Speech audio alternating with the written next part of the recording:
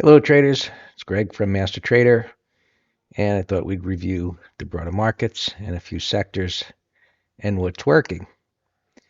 So, the last month, right, markets have been just chopping sideways. Excuse the S&P 500. That began to change at the end of last week with a close above the prior 3 weeks highs. The strength came at the beginning of the week with a couple of days and then sideways in the down day on the Trump-Musk feud. And maybe it was short-lived and things gapped up on Friday to get a close above those highs, just eking it out slightly.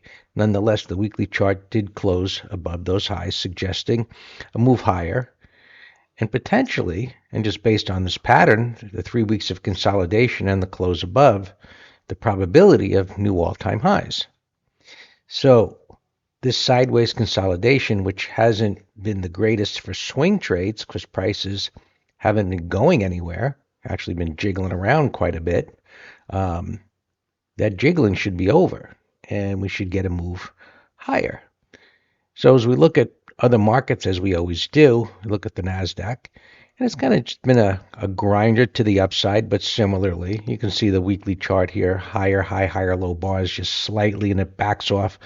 But on the closing basis, these 2 weeks were closing inside of that wider range bar that closed at the high. So now we've got a bar closing above those highs, suggesting new all-time highs. But just been a lot of choppy price action over the last month. A broader index, the NYSE, a lot of sideways choppy price action. So if you've been a little frustrated over the last month with the lack of continuation with some of these patterns that suggested they will go higher, you're not alone because we can't make the markets move. The uncertainty around the tariffs and everything else floating around there, it's got to dissipate. And that dissipation is happening over time and after a significant run higher. And so while it looked like it was going to roll over at this time, right around here, give or take, our market internals gave us a risk-off signal. And so this is wind up being a correction through time versus price. And now with last week's positive close, these patterns where prices marginally broke out on Friday, they should continue to move higher. All right. Transports. Similar pattern, not the same, but move up. Underperformer. Decent day on Friday. Look like it's going to go higher.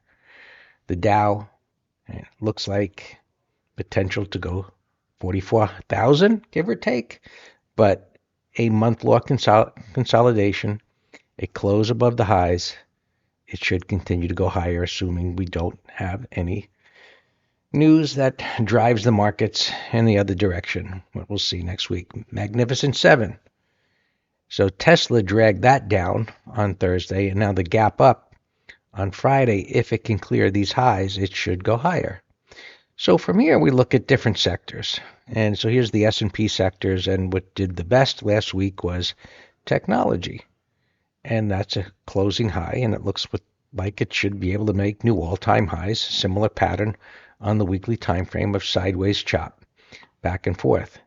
Communications broke out on Thursday and held on to the gain, should make new all-time highs. So as you can see, we just go through the top-down approach, broader markets, subsectors. Energy was the third best performer out of the S&P sectors, but it's not an attractive chart. However, look at USO.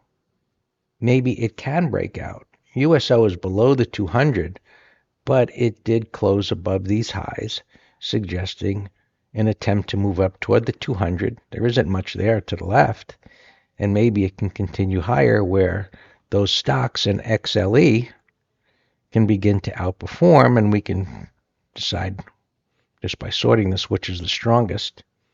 And so while you look at it and say, wow, that's the strongest, yeah, it's an underperforming sector, but it's one that has been outperforming lately and potentially, right, if it clears these highs, goes higher. So this one's above all the moving averages, chopping sideways. Maybe it can clear those highs. Right, set an alert. see what it can do. And so this is how we look at the broader markets, subsectors, and then stocks within the sectors. Um, Materials, sideways at resistance, was a better performer last week, but from the watch list, we have to go to this chart and see how does that line up with trend, support, and resistance. Um, Industrials, new all-time highs. That's not the Dow. This is the industrial ETF. And so looking within it, you see this has just been in such a bullish phase. There's very few pivot lows or there's no pivot highs. So it doesn't pull back very far. And when there's no pivots or very few pivots, it's just a representation of how strong that stock is. There's another one similar, and so on. So not everything has been going sideways, but it's been quite selective as to what has been able to trend higher, while the majority of stocks and sectors have been chopping sideways. So here's one going sideways that possibly could begin to break out. Little sideways price action there. See if it clears the highs. I'll set an alert on that. Solar hasn't been doing much of anything. Actually, just stay away from these quantum ETFs have been doing well. You can look at the stocks that are within this, of course. Cybersecurity has been doing well, and so on. But the majority of things have been chopping sideways, starting to move up this week, and they look like they're going to continue to go higher. Some other subsectors, heavy equipment. There's a few of these retest patterns where prices have come down after a strong advance. They pulled back, made a pivot. That's what this dot is, that pivot, retested and came back up again. And so that started up on Friday and then backed off with other things. So here the weekly chart is not as constructive, and it didn't close above the highs, but it looks like it can do that based on the daily pattern. So as we look at stocks within there, right, here's one that's really strong. That broke out with a big wide range bar last week and needs to pull back a little bit up at the 200. There's a breakout, OSK. Set an alert in the middle of the wide range bar, and we'll see if it pulls back into there this week. TWI got room to move higher, cleared the highs on Friday. Deere, clearly a leader, bigger market cap company leader, pulling back to the rising 20, gapped up on Friday, pulling a little bit. I think this is going to go higher. It's in an uptrend on the weekly. It's in an uptrend on the daily. It pulled back to support, sideways, red bar ignored. It has all the attributes of something that could go higher. Caterpillar, underperforming, but it had that strong move up. It gapped up. It consolidated at an area of resistance and under the 200. So it's underperformed Deere, but it certainly could be one that begins to outperform if it can clear Friday's high in the 200 MA, because look at the weekly. Up, sideways, sideways, a little correction bar, and if it can clear those highs, it's got room to go up. So this is part of the thought process that we go through day to day, week to week, month to month, as to what are the broader markets doing, what are sectors within the broader markets doing, subsectors. So we've got these wide sectors, like here technology has been doing well, and we can look inside of that. And if I click this, look at the stocks within it, and we could sort the industry groups and see what's been doing well and going through those. We know semiconductors have been beginning to outperform.